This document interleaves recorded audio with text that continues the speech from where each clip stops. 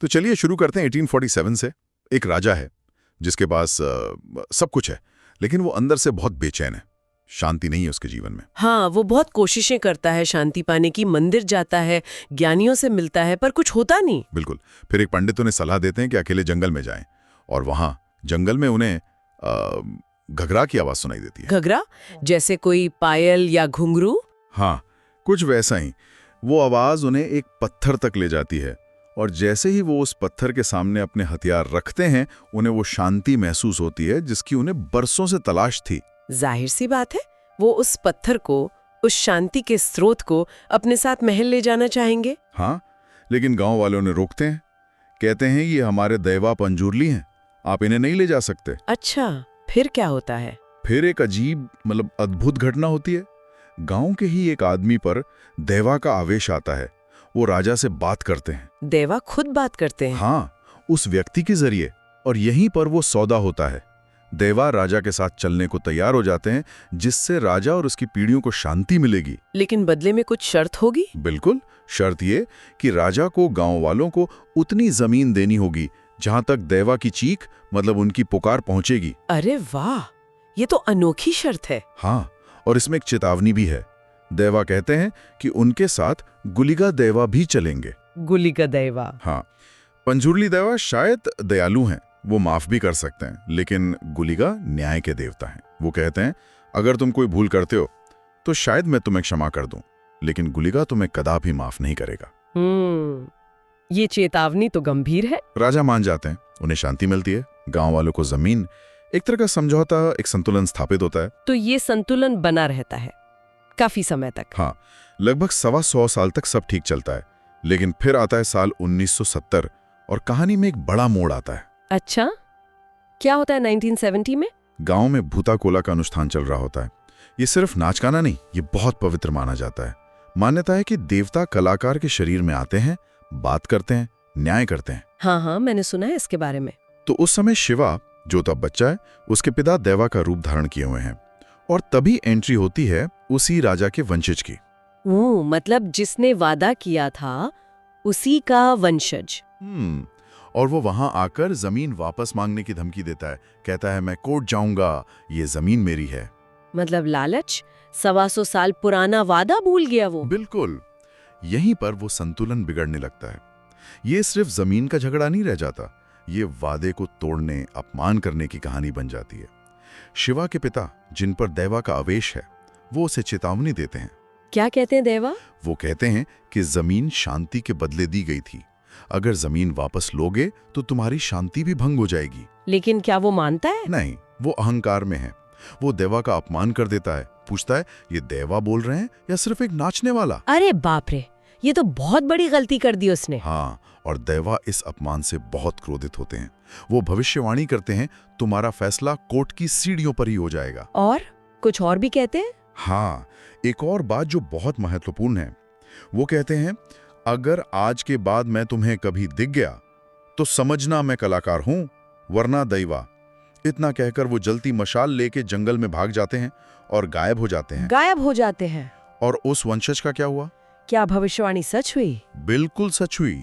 कुछ ही समय बाद वो राजा का वंशज ठीक कोर्ट की सीढ़ियों पर खून की उल्टी करके मर जाता है। ओहो, जैसा कहा था वैसा ही हुआ। हाँ, वादा तोड़ने और दैवा के अपमान का नतीजा।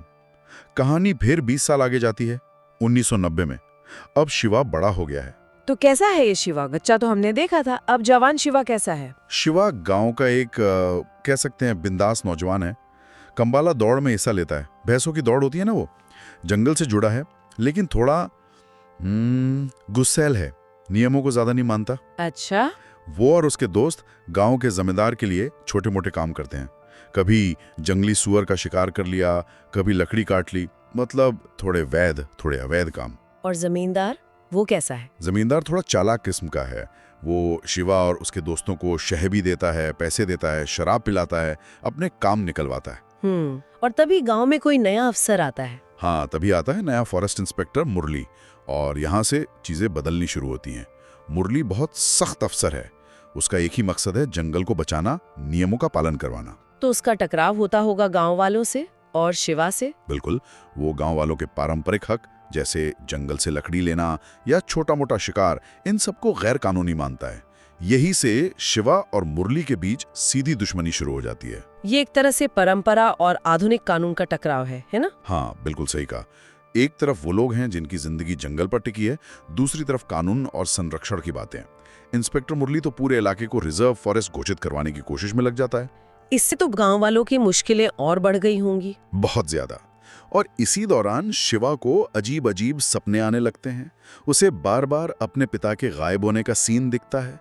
जंगल में उसे एक गहने पहने हुए जंगली सुअर दिखता है। देवा सपनों में आके कुछ इशारा करते हैं। ये सब क्या संकेत है? ये भविष्य में होने वाली घटनाओं की तरफ इशारा कर रहे हैं। इसी बीच लीला गांव लौटती है। लीला कौन है ये? शिवा की बचपन की दोस्त है। वो पढ़ लिख कर आई है और पुलिस में भर्ती हो जाती है, और इसमें जमींदार उसकी मदद करता है नौकरी दिलवाने में। जमींदार मदद करता है, इसमें भी उसका कोई मतलब होगा शायद। लेकिन नौकरी के पहले दिन इंस्पेक्टर मुरली गांव में जमीन की नपाई करवाने पहुंच जाता है। कहता है ये सरकारी जमीन है, अतिक्रमण हटाया जाएगा। ओहो, पहले दिन। हाँ, गांव वाले विरोध करते हैं।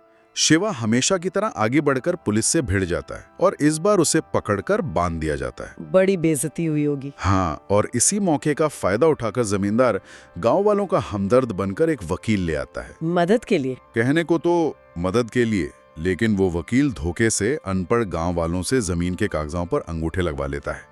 जमींदार का असली खेल यहीं से शुरू होता है। मतलब जमींदार पीछे से जमीन हड़पने की फिराक में है? बिल्कुल। उधर शिवा और उसके दोस्त इंस्पेक्टर मुरली से बदला लेने के लिए उसे परेशान करने लगते हैं। ज्यादा पेड़ काटते हैं, ज्यादा शिकार करते हैं। सोचते हैं कि परेशान होकर इंस्पेक्टर का तबादला हो जाएगा। बचकाना तरीका है, पर उनका गुस्सा जाहिर हो रहा है। हाँ, लेकिन ये बचकाना तरीका एक रात बहुत गंभीर हो जाता है। वो लोग पेड़ काट रहे होते हैं और जमींदार का ही एक आदमी सुधाकर पुलिस को फोन कर देता है। जमींदार का आदमी? क्यों? ये जमींदार की चाल हो सकती है। हड़बड़ी में एक कटा हुआ पेड़ पुलिस की जीप पर गिर जाता है। पुलिस वाले घायल हो जाते हैं। ओह, ये तो बड़ा इल्जाम लग गया होगा शिवा पर। हाँ, अटेम्प्ट टू मर्डर का, हत्या के प्रयास का।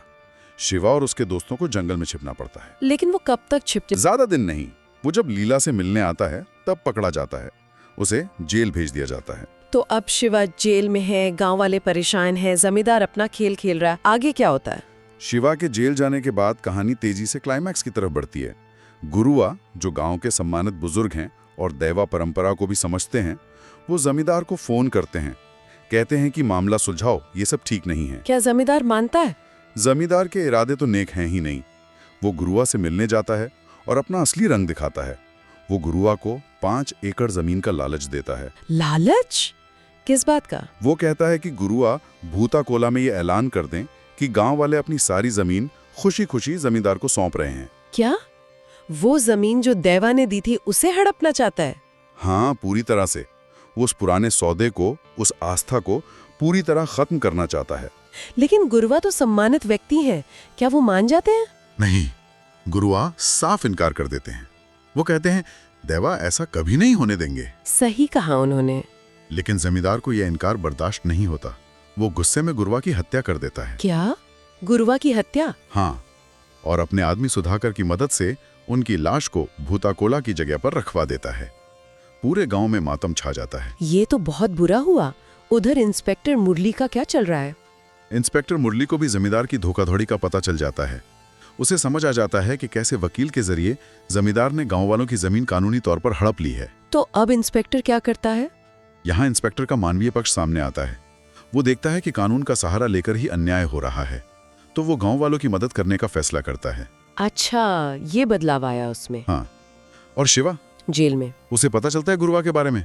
हाँ, शिवा को जेल में गुरुआ की मौत की खबर मिलती है और उसे तुरंत अपना वो सपना याद आता है जिसमें उसने गुरुआ को डेवा के रूप में रोते हुए देखा था।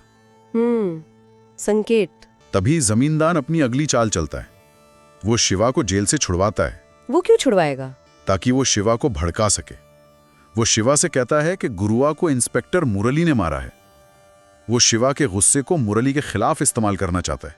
क्या शिवा उसकी बातों में आ जाता है? शुरू में तो वो गुस्से में भर जाता है।